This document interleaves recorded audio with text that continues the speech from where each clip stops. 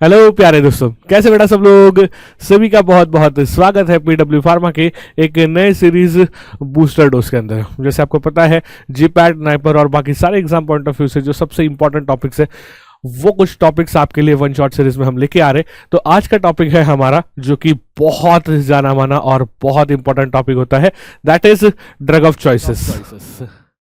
एक बहुत ही कॉमनली पूछा जाने वाला क्वेश्चन, हर टाइप के बीमारी में से कोई भी बीमारी के ऊपर ये क्वेश्चन रिपीटेटिवली या फिर हर बार बिना गलती के एक तो भी क्वेश्चन इसके ऊपर हमेशा देखने के लिए मिलता है। तो जब भी हम क्लासिफिकेशंस करते हैं तो उस टाइम पे हर ड्रग का ड्रग ऑफ चॉइस, हर बीमारी के लिए ड्रग ऑफ चॉइस ढूंढो, उसको याद रखो, ये थोड़ा सा मुश्किल टास्क बन जाता है। तो इसलिए जितने भी इंपॉर्टेंट डिसीजेस है हमारे एग्जाम पॉइंट ऑफ व्यू से, उन सब के पॉइंट ऑफ व्यू से ही ये पीपीटी मैंने आपके लिए बनाई है और मैं लेके आया हूँ ये लेक्चर आपके लिए, जहाँ पे एक बढ़िया सा टेबुलर फॉर्मेट में आपको स्पेशल डिसीजेस, उनके ड्रग ऑफ चॉइसेस और उनको याद रखने के ट्रिक्स, ये सब कुछ अभी हम डिस्कस करने वाले हैं। तो चलो शुरुआत करते हैं। ड्रग ऑफ चॉइस बेसिकली होता क्या है, सबसे पहले मैं आपको ये बताना चाहता हूँ। बेटा, हम लोग ड्रग के बहुत क्लासिफिकेशंस पढ़ते हैं। कोई भी बीमारी ले लो, हमें ऐसा रेयरली देखने मिलेगा कि एक बीमारी के लिए सिर्फ एक ड्रग अवेलेबल है। हार्डली तो ऐसा नहीं होता, कई सारे क्लासेस रहेंगे, उसमें भी कई सारे ड्रग्स रहेंगे।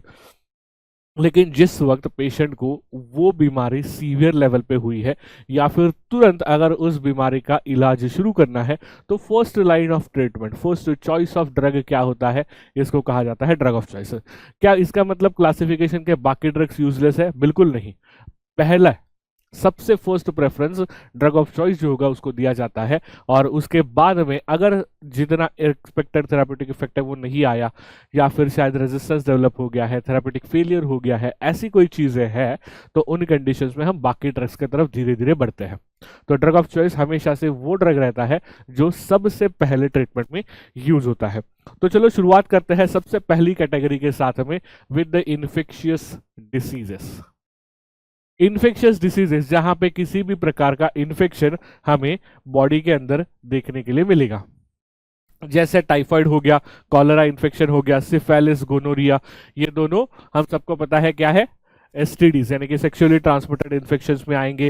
फिर urinary tract infection, leprosy and tuberculosis, इन सब में कौन से drugs as a drug of choice है, ये अभी हम देख रहे हैं। टाइफाइड फीवर अगर होता है तो थर्ड जनरेशन सेफेलोस्पोरिन को हम हमेशा से प्रेफरेंस देते हैं, जिसके अंदर हम देखते हैं ceftriaxone most commonly used drug देखने के लिए मिलता है।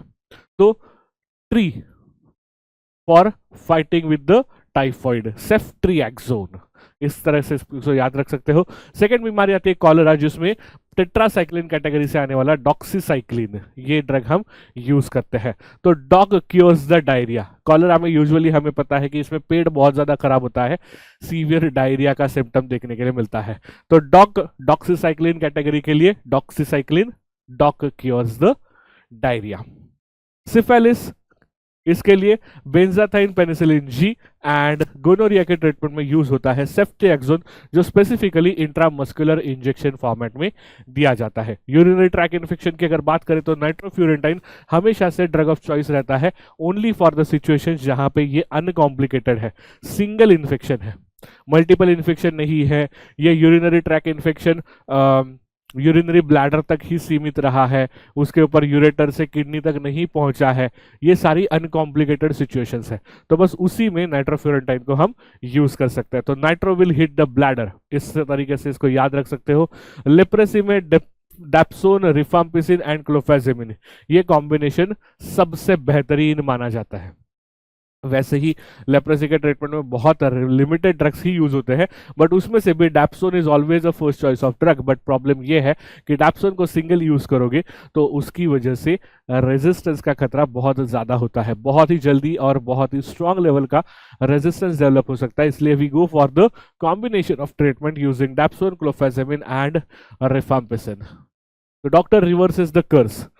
लेप्रेसी, आप सबको पता होगा कि पुराने जमाने में जिसको भी कुष्ठ रोग होता था, लेप्रेसी होती थी, ये माना जाता था कि ये भगवान का दिया हुआ श्राप है। तो बस वो चीज, obviously that was a myth, इसमें कोई भी साइंटिफिक एविडेंस नहीं था, बट याद रखने के लिए ये जो कर्स है, ये जो श्राप है, इसको रिवर्स करेगा हमारा डॉक्टर। क्योंकि उसके पास साइंटिफिक इलाज है, उसको पता है ये क्यों हुआ है। तो DRC, dapsone, rifampicin and clofazimine, right.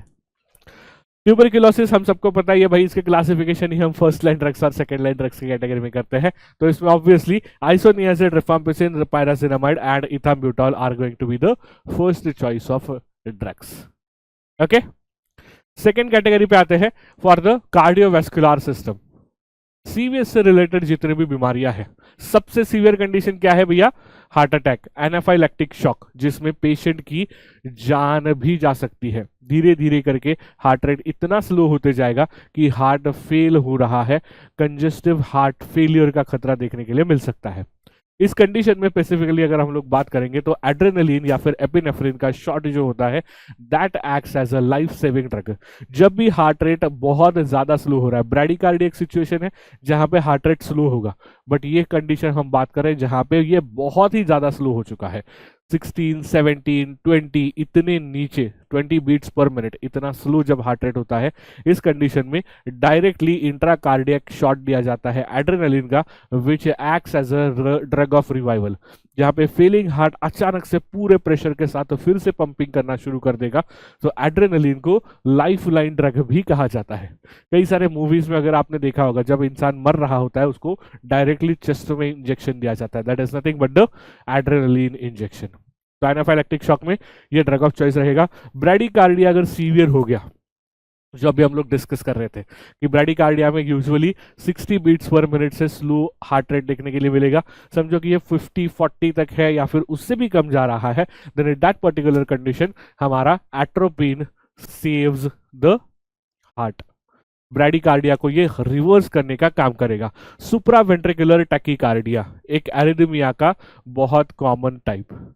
इस ट्रीटमेंट में एडेनोसिन ड्रग बहुत कॉमनली यूज होता है। सो अगर एसवीटी है, supraventricular tachycardia, then go and reset with it adenosine. ये ट्रिक से याद रख सकते हो। इमरजेंसी वाला हाइपरटेंशन, जब हाइपरटेंशन अचानक से बहुत ही ज्यादा शूट हो जाता है, इतना ज्यादा कि वो लाइफ थ्रेटनिंग हो जाता है, तो वहां पे सोडियम नाइट्रोप्रोसाइड का जो ड्रग है ये इमीडिएट रिलीफ के लिए काम करेगा, क्योंकि सोडियम नाइट्रोप्रोसाइड तुरंत वैसोडाइलेशन करेगा, जिसकी वजह से ब्लड प्रेशर तेजी से घटना शुरू हो जाता है। ओके, तो red light for stopping the fast pressure, sodium nitroprusside.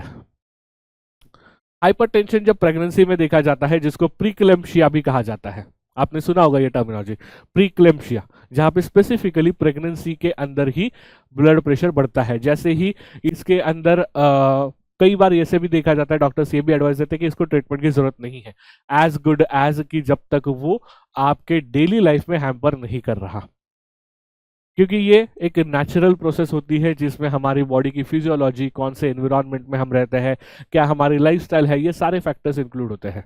तो मोस्ट ऑफ द केसेस में अगर ये अंडर कंट्रोल रहता है, मतलब बीपी बहुत ज्यादा शूट नहीं हो रहा, तो उस कंडीशन में ट्रीटमेंट दी भी नहीं जाती। एंड एक बार डिलीवरी हो जाएगी, उसके बाद जैसे बढ़ा हुआ बॉडी वेट धीरे धीरे कम होता है, ठीक वैसे ही ये बढ़ा हुआ ब्लड प्रेशर भी वापस से नॉर्मलाइज हो जाता है। तो मोस्ट ऑफ द केसेस में ट्रीटमेंट की जरूरत नहीं है, बट अगर देनी ही है तो इसके अंदर मिथाइल डोपा एंड लैबेटालॉल, ये दो ड्रग्स हम दे सकते हैं। दोनों ही ड्रग्स मस्कारेनिक रिसेप्टर पे एक्ट करते हैं, सो एम फॉर मदर, ये ड्रग्स हम याद रख सकते हैं। हार्ट फेलियर अगर एक्यूट कंडीशन में हो रहा है, अचानक से हार्ट अटैक आ रहा है, तो उसमें फ्यूरोसेमाइड जो कि एक डायूरेटिक ड्रग है एंड डोब्यूटामाइन, ये ड्रग्स दोनों ही कॉम्बिनेशन में दे सकते हैं, जिसकी वजह से फेलिंग हार्ट फिर से पंपिंग भी होगा, एंड हार्ट के ऊपर अगर प्री लोड आफ्टर लोड कुछ बड़ा है तो फ्लूइड ओवरलोड कम हो सकता है। अंजाइना के अंदर अगर एक्यूट अटैक आ जाता है तो नाइट्रोग्लिसरीन, हम सबको ये चीज बहुत बढ़िया तरीके से पता है, नाइट्रोग्लिसरीन जो कि under the tongue sublingual route से लिया जाता है, जिसके दो एडवांटेजेस है, एक तो ये सबसे फास्ट रूट से एब्जॉर्ब हो जाता है, and secondly without any first pass metabolism यहाँ से एब्जॉर्ब होकर वो सीधा हार्ट के पास जाएगा, तो ऑनसेट ऑफ एक्शन बहुत फास्ट रहेगा। इमरजेंसी सिचुएशन में आपको डॉक्टर्स ढूंढने नहीं है, नर्सेस ढूंढने नहीं है कि कोई आके इंजेक्शन देगा तब पेशेंट की जान बचेगी, नहीं, इमरजेंसी सिचुएशन में ये मेडिसिन हम लोग ले सकते हैं। एंड अरिथमिया की एक और कंडीशन एट्रियल फिब्रिलेशन, जिसके अंदर हम देख सकते हैं कि अमियाडारोन ये हो जाता है हमारा drug of choice. So A for atria, A for amiodarone, atrial fibrillation के ट्रीटमेंट में। नेक्स्ट कैटेगरी हम आते हैं सीएनएस डिसऑर्डर पे, जिसके अंदर हमारे न्यूरोडिजेनरेटिव डिसीजेस भी आएंगे, हमारे साइकोलॉजिकल डिसीजेस भी आएंगे, और इसी के साथ साथ एपिलेप्टिक कंडीशन भी आएगी। आपको याद होगा जब हमने एपिलेप्सी पढ़ा है तो हमने ये देखा था कि एपिलेप्सी के अलग अलग टाइप्स है, जिसमें से स्टेटस एपिलेप्टिकस एक ऐसी सिचुएशन है जो कि सबसे सीवियर मोस्ट सिचुएशन होती है, जहां पे 5 मिनट से ज्यादा टॉनिक और क्लोनिक दोनों ही सिम्टम्स देखने के लिए मिलेंगे। पेशेंट का कॉन्शियसनेस लॉस हो जाता है, उसके बाद पेशेंट अचानक से गिर जाता है, पूरी बॉडी स्टिफ हो जाती है, मसल्स सारे कड़क हो जाते हैं, मुंह से झाग निकलने लगता है, पूरी बॉडी शिवर होती है, वाइब्रेट होती रहती है। और ये अटैक अगर 5 मिनट या फिर उससे ज्यादा ड्यूरेशन तक नॉन स्टॉप चलता रहा, the situation is called status epilepticus, जिसमें डाइजेपाम या फिर लोराजेपाम आईवी इंजेक्शन ही पेशेंट की जान बचा सकता है। This is a call of emergency. अगर इसमें आईवी ट्रीटमेंट नहीं मिली, अनफॉर्चुनेटली पेशेंट में लूज द लाइफ। तो यहां पे आईवी ड्रग ही काम करेगा। तो इमरजेंसी है, क्या हो रहा है, हाइपर एक्साइटमेंट हो रहा है, एक्साइटोटॉक्सिसिटी हो रही है, पेशेंट को काम डाउन करो बेंजो के साथ, बेंजोडाइजेपिन। एक्साइटेशन को कम करो, गाबा को प्रमोट करो। जनरलाइज टोनिक क्लोनिक सीजर, जिसके अंदर फेनिटोइन या फिर सोडियम वैल्प्रोएट, ये मोस्ट कॉमन ड्रग देखने के मिलेगा। एंड एब्सेंस सीजर के अंदर ethosuximide will be the drug of choice.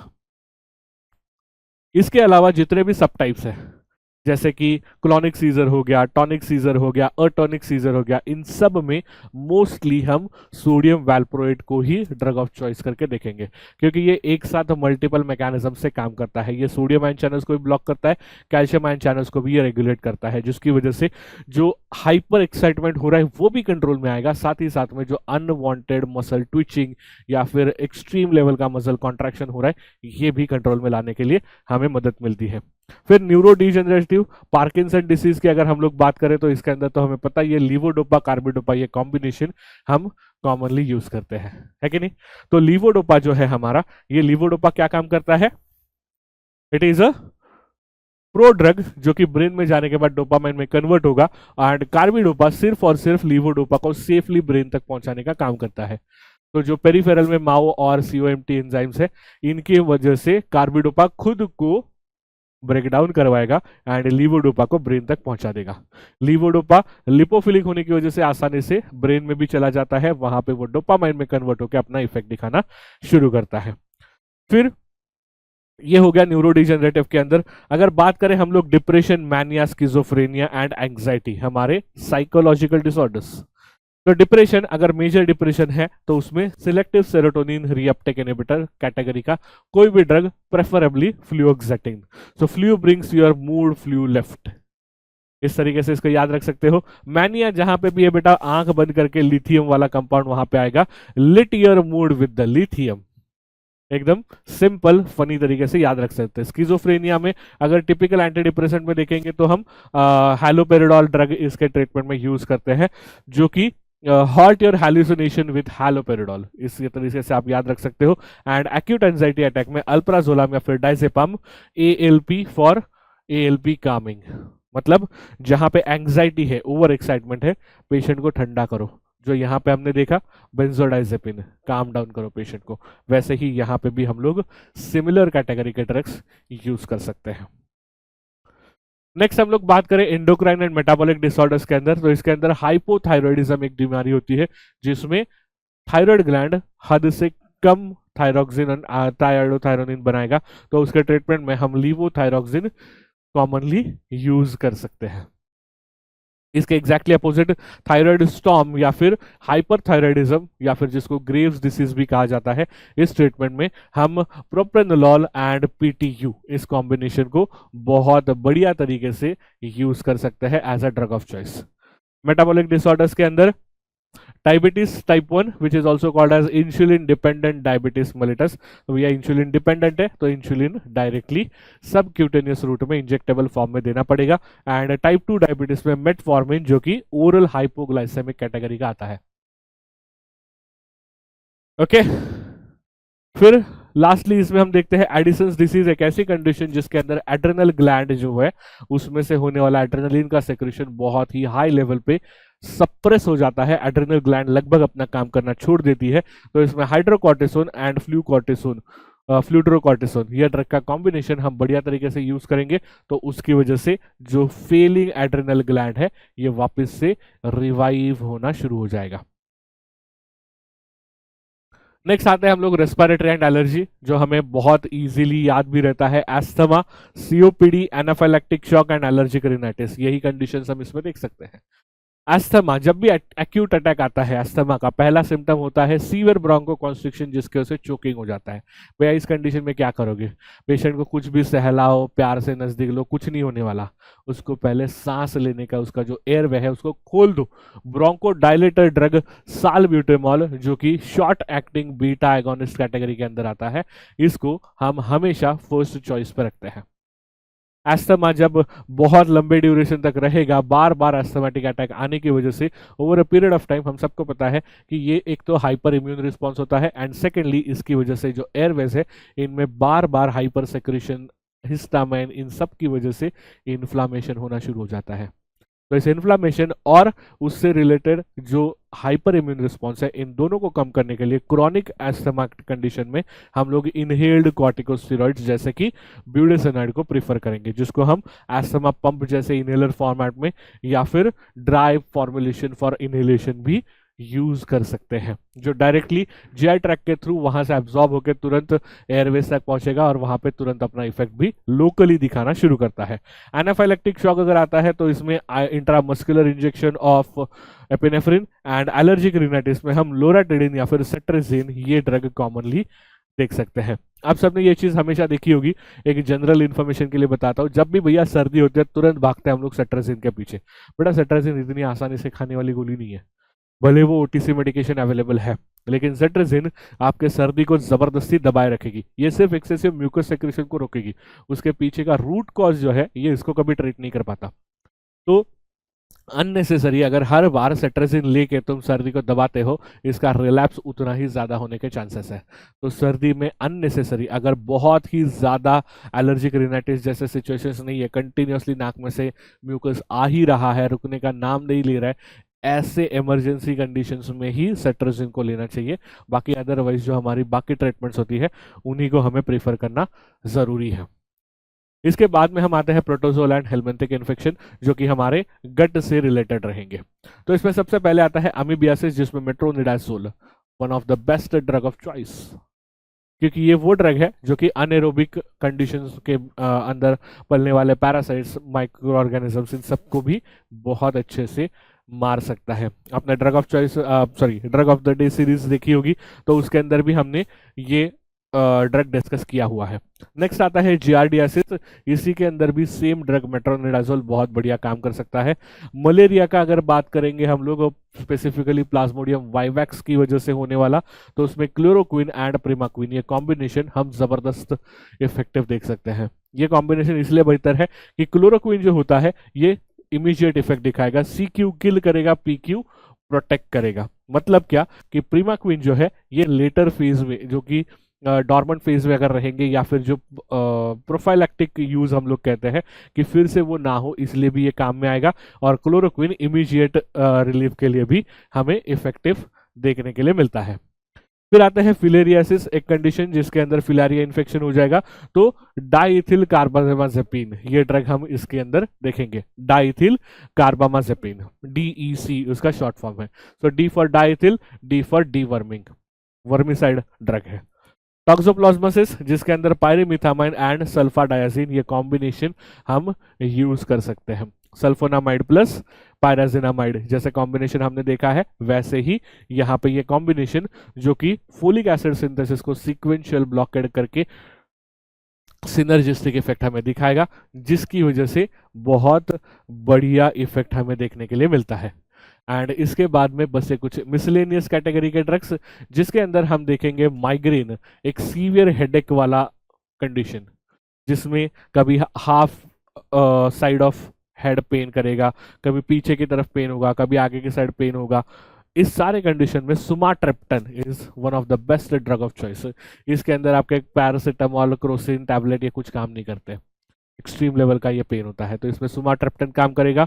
Gout condition जिसके अंदर यूरिक एसिड के लेवल्स बढ़ने की वजह से वो जॉइंट्स में डिपॉजिट हो जाते हैं और उनकी वजह से एक्यूट या फिर क्रॉनिक कंडीशंस क्रिएट होंगी, जिसमें joint pain, fever and inflammation ये कॉमन सिम्टम्स रहेंगे। तो कॉल्चिसिन या फिर इंडोमिथासिन जो कि वेल नोन एनाल्जेसिक ड्रग्स है, इनको हम एक्यूट अटैक में यूज करेंगे। वही क्रॉनिक कंडीशन के अंदर हम एलोप्यूरिनॉल को यूज कर सकते हैं, क्योंकि एलोप्यूरिनॉल वो ड्रग है जो कि यूरिक एसिड को बॉडी से क्लियर ऑफ करने में मदद करेगा। तो ये एक झटके में नहीं होने वाला, इसको टाइम लगेगा। तो क्रॉनिक कंडीशन में हम एलोप्यूरिनॉल को प्रीफर करेंगे। Rheumatoid arthritis, one of the very very well known auto immune disorder, जिसके अंदर हम मीथोट्रेक्सेट ड्रग को प्रीफर कर सकते हैं। पेप्टिक अल्सर जो कि स्पेसिफिकली एच पाइलोरी इन्फेक्शन से अगर जुड़ा हुआ है, तो उस कंडीशन में हमें क्लेरिथ्रोमाइसिन एंड एमोक्सिसिलिन इनका कॉम्बिनेशन सिर्फ और सिर्फ इस इन्फेक्शन को क्योर करने के लिए, and proton pump inhibition excessive acid production को कंट्रोल करने के लिए, जिसकी वजह से पेप्टिक अल्सर का हीलिंग थोड़ा सा फास्ट हो जाए, उसका वर्सनिंग नहीं होगा। अगर एच पाइलोरी इन्फेक्शन के बिना सिर्फ पेप्टिक अल्सर बना है, then you don't have to take these antibiotics, you can only go for the PPI drugs. And lastly, जो मोशन सिकनेस लोगों को होता है, इसके ट्रीटमेंट में स्कोपोलामाइन कॉमनली यूज्ड ड्रग हम देख सकते हैं। राइट? तो बस बेटा, ये थे कुछ इंपॉर्टेंट डिसीजेस और उसके यूज में, उसके ट्रीटमेंट में यूज होने वाले drug of choices. I hope सबको अच्छा लगा होगा। काफी सारे ट्रिक्स भी मैंने बता दिए हैं, जिसकी मदद से आपको ये याद रखना भी इजी है। अभी भी इसके अंदर बहुत सारे डिसीजेस का इंफॉर्मेशन नहीं है। पहले बेटा इस पे फोकस करो, और इसके साथ साथ आपको और कौन से डिसीजेस चाहिए जिसके ड्रग ऑफ चॉइस के लिए मैं ऐसे और नए नए ट्रिक्स आपके लिए लेके आ जाऊं, कमेंट सेक्शन में जल्दी से बताना। तब तक के लिए बस ऐसे ही पीडब्ल्यू फार्मा के साथ जुड़े रहिए, नए नए इंटरेस्टिंग वीडियोस आपके लिए आ रहे हैं। Thank you so much everyone, and जो भी आपकी रिक्वायरमेंट है कमेंट सेक्शन में डालना मत भूलना। Bye bye.